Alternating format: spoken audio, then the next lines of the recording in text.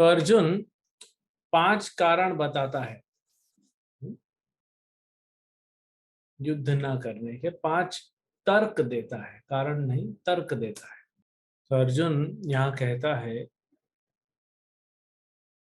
कि हे प्रभु, कृष्ण से कहता है, किम नो राज्य न गोविंद। हे गोविंद, ये राज्य को क्या करूंगा मैं? जब अपने सारे लोग मारे जाएंगे तो फिर राज्य का क्या करेंगे? और मारे जाएंगे छोड़ो, ये तो मरने के लिए आए हैं। अर्जुन युद्ध नहीं चाहता था, पांडव युद्ध नहीं चाहते थे, भगवान भी युद्ध नहीं चाहते। अगर दुर्योधन 5 गांव दे देता तो युद्ध नहीं होता। लेकिन दुर्योधन इतना लालची या अहंकारी था, बोल सकते हैं लालची नहीं अहंकारी, कि मैं नहीं दूंगा। आज भारत में कुछ 7.5 लाख, इंडिया में 7.5 लाख गांव है। सोचिए, इसमें तो कितने सारे शहर तो गिने नहीं जा रहे। तो पूरे विश्व में कितना होगा? करोड़ों गांव होंगे। अगर आपके पास 1 करोड़ रुपए लॉटरी लगा और कोई बोलता है भाई 5 रुपए दे दो, तो अब नहीं तो कह रहे 500 ले, तो 5 क्या लेता है, 500 ले जा, है ना? 1 करोड़ का लॉटरी लगा है तो उसको करोड़ों गांव मिल रहे हैं, 5 गांव नहीं दे सका। इसको लगा, दुर्योधन को लगा कि मेरे साथ भीष्म है, द्रोणाचार्य है, अश्वत्थामा है, कर्ण है, मैं हूं, हम जीत जाएंगे। ये नहीं जानता था भगवान कौन है। और सामने भगवान खड़े हैं, भले वैसे तो अर्जुन सक्षम है, लेकिन चलो अर्जुन को टक्कर देने वाले भी हैं, भीष्म हैं, द्रोणाचार्य हैं, कर्ण हैं। लेकिन भगवान खड़े हैं तो कौन भगवान के टक्कर में खड़ा होगा? है कोई? ये बुद्धू को ये चीज समझ में नहीं आ रही थी। बहुत उसको समझाने का प्रयास किया, नहीं समझ में आया। क्या करें फिर? तो फिर तो युद्ध होना ही है। तो दुर्योधन युद्ध चाहता था, ना भीष्म चाहते थे, ना द्रोणाचार्य, कोई युद्ध नहीं चाहता था। दुर्योधन चाहता था और कर्ण चाहता था। तो इसीलिए कहते हैं कि मैं तो जिनके लिए, ये परिवार है, मैं हमेशा कुछ जीत के लाया हूँ, कुछ प्राप्त करके लाया हूँ, तो परिवार के साथ बांटा है। अरे आज परिवार ही सामने खड़ा है मरने के लिए, तो मैं क्या करूंगा ये राज्य का? जैसे एक एक पति पत्नी है, बड़ा प्रेम करते हैं, विवाह को 10 साल हो गया, 2 छोटे बच्चे हैं। पति किसके लिए कमा रहा है?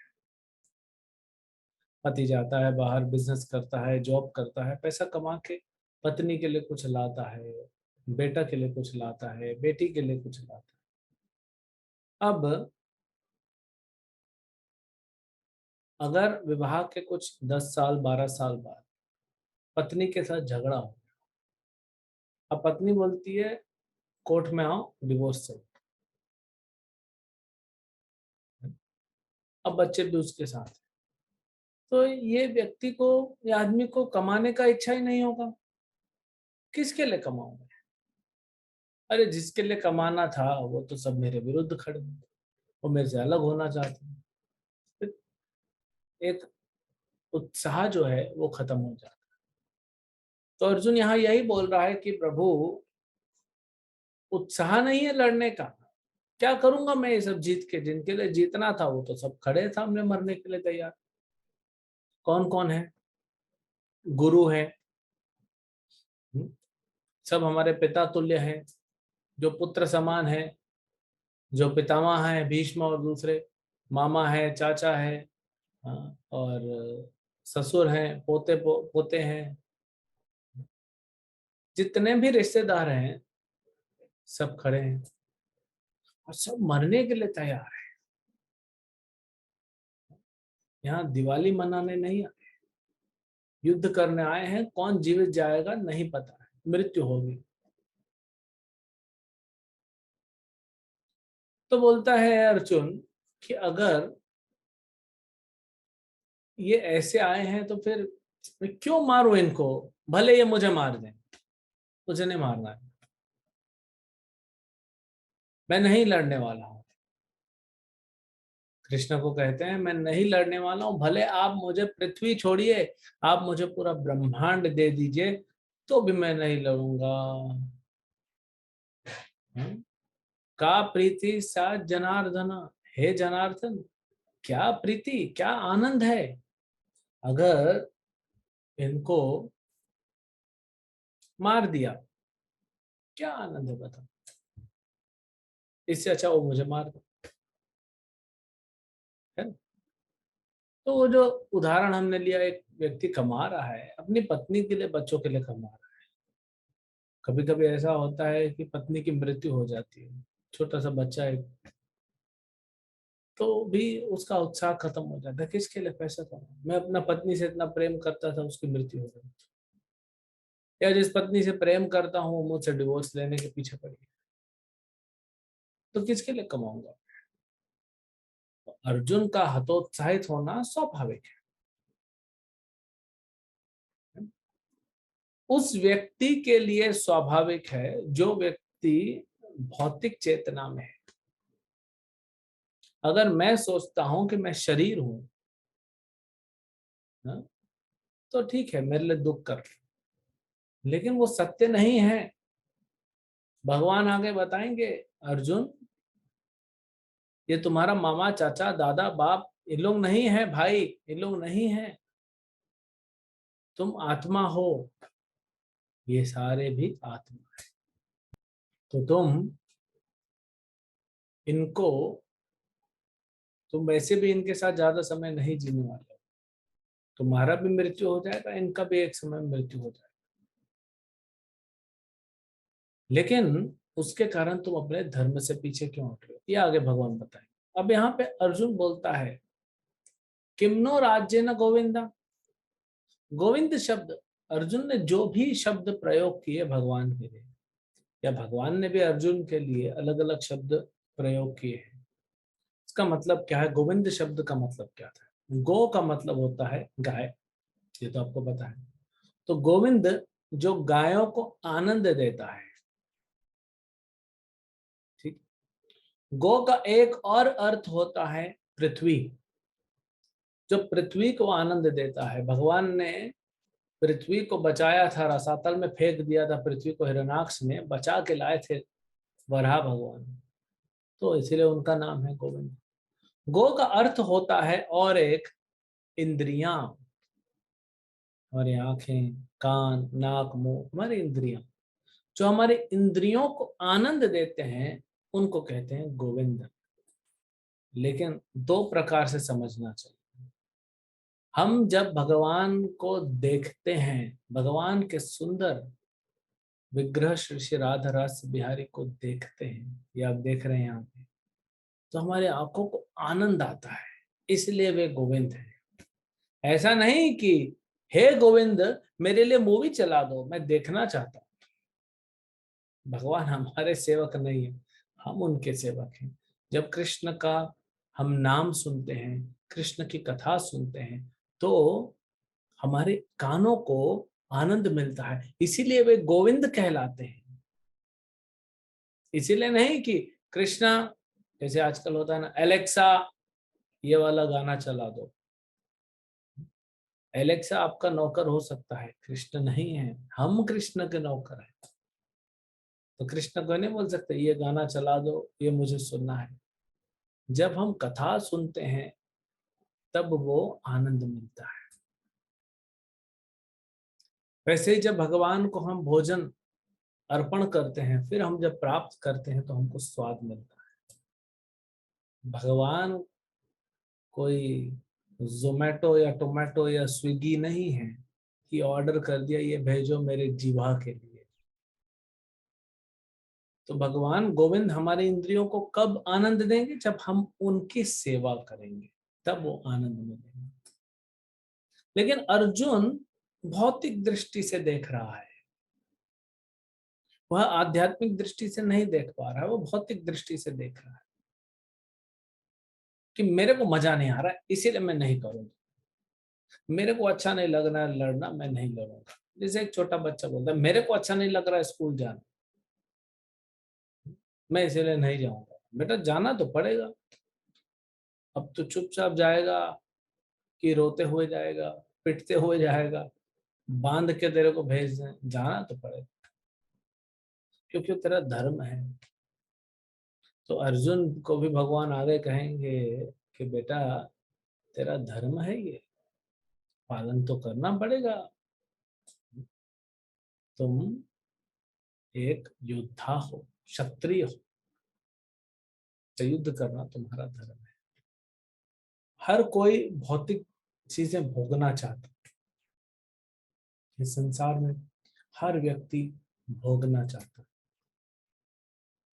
भोग वो सोचता है कि अगर मैं भोग भोगूंगा तो आनंद को प्राप्त करूंगा, सुख प्राप्त करूंगा। अब संसार में लोग इतना भोग भोग रहे हैं, इतना पैसा है उनके पास, इतनी फैसिलिटी है, लेकिन कहाँ सुख मिल रहा है? सुख तो नहीं मिल रहा है ना। तो भगवान कह रहे हैं कि तुमको सुख मिलेगा भी नहीं। आपने पैसे कमाए, अच्छी बात है, उन पैसों को देखने से आपको थोड़ा अच्छा लगेगा, फिर आप रखोगे पैसा तिजोरी में, चाबी लगाओगे, तकिए के नीचे चाबी रख के सो जाओगे।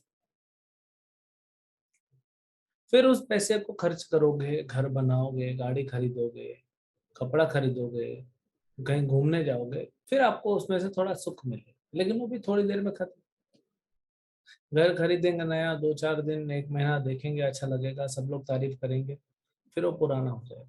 गाड़ी भी कुछ समय पुरानी, कपड़ा 2 बार धुल गया, पुराना हो जाएगा। तो सुख जो होता है, हम जब डायरेक्ट सुख प्राप्त करना चाहते हैं संसार में, तो वह सुख टिकता नहीं।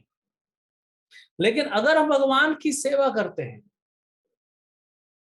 हमारे पास तन है, मन है, धन है, वाणी है, इस सबसे अगर हम भगवान की सेवा करते हैं, तो उससे जो उत्पन्न होता है आनंद, वो स्थायी रहता है, परमानेंट रहता है, शाश्वत रहता है। सिर्फ डायरेक्ट भोगेंगे तो टिकेगा नहीं। जैसे रावण सीता को लेके आया, मूर्ख है। अरे तुम राम के पास जाओ, तुमको ऐसा आनंद मिलेगा जो तुम सोच नहीं सकते, लेकिन राम के पास नहीं जाऊंगा, मैं राम की संपत्ति को लेके आऊंगा। तो फिर आगे क्या है मिलेगा? मृत्यु। तो हम भगवान की सेवा करें, न कि खुद अपनी इंद्रियों को भोगने का प्रयास करें, क्योंकि उस सुख मिलेगा भी तो क्षणभंगुर सुख होगा, थोड़ा सा सुख होगा। और भगवान की सेवा करेंगे, जो भगवान देंगे वो है आनंद, स्थायी होगा।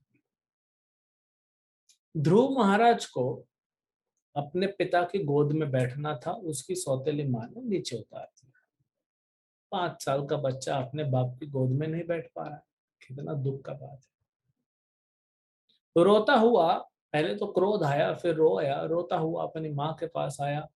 माँ को बोलता है, माँ मेरे साथ अन्याय हुआ, इसीलिए मुझे अपने बाप का राजगद्दी नहीं चाहिए। उससे भी ऊपर किसका राजगद्दी है? मेरे दादा का, वो भी नहीं चाहिए, स्वयंभू मनु का। उससे भी ऊपर जो राजगद्दी है ब्रह्मा जी का, जिनका पूरा ब्रह्मांड है, वो भी नहीं चाहिए।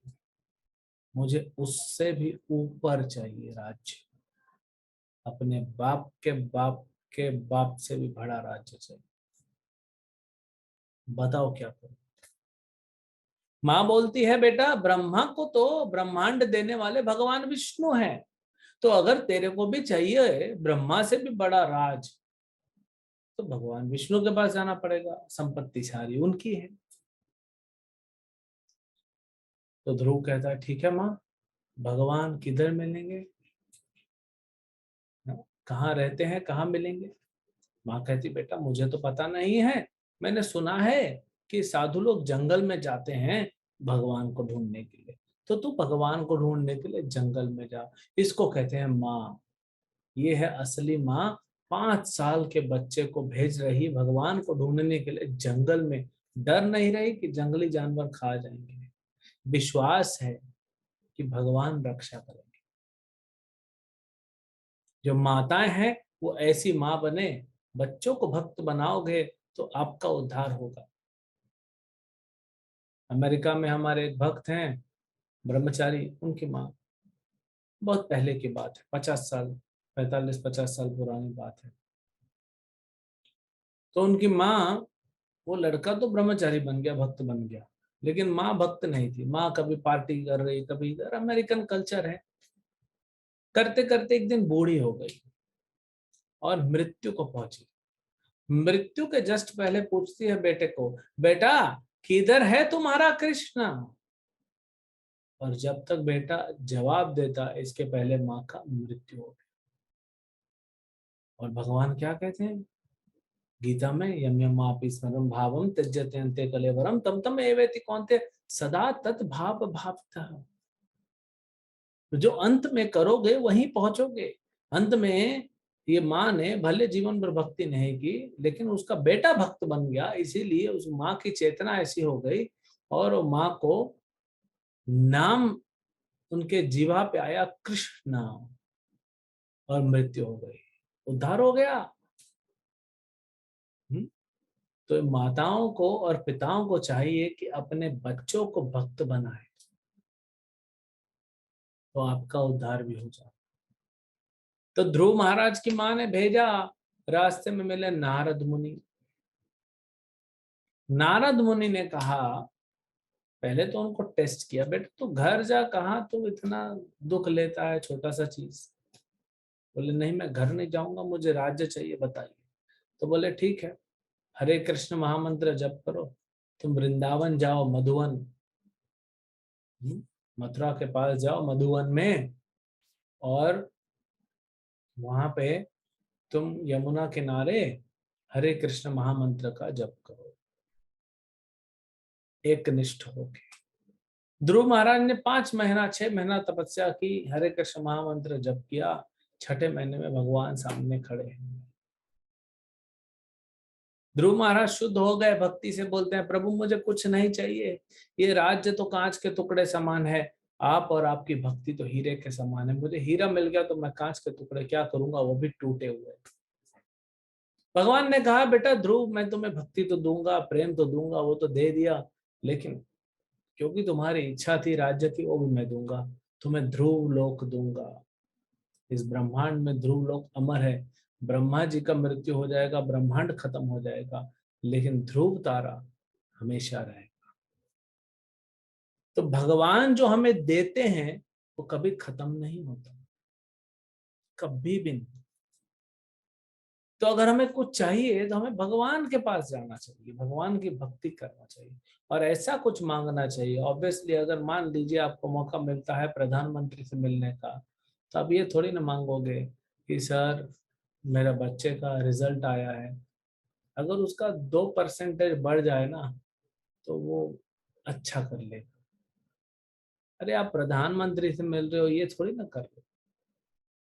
आधार कार्ड में हमारा डेट ऑफ बर्थ गलत कर दिया है सर, उसको चेंज करा दिया। आप प्रधानमंत्री से मिलके छोटी छोटी चीज मांगोगे क्या? वैसे ही भगवान की भक्ति करके क्या छोटा छोटा भौतिक चीज मांगोगे? भगवान का भक्ति करो, बोलो प्रभु मुझे प्रेम चाहिए, मुझे आनंद चाहिए। इस संसार में बहुत किया लेकिन दुख मिला, आनंद नहीं मिला, तो मुझे आनंद चाहिए।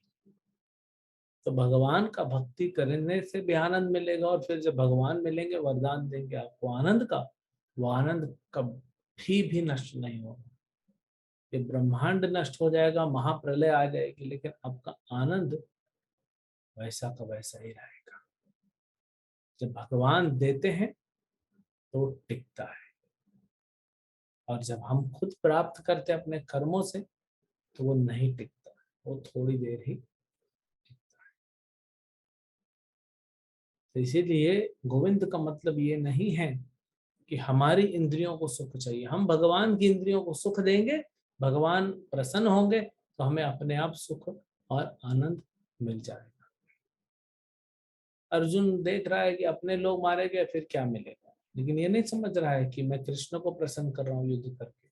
समझेगा, धीरे धीरे वो भी समझेगा। जैसे अर्जुन समझा, हम भी गीता भागवत पढ़ने से, सुनने से हम भी धीरे धीरे समझ जाएंगे। हरे कृष्ण।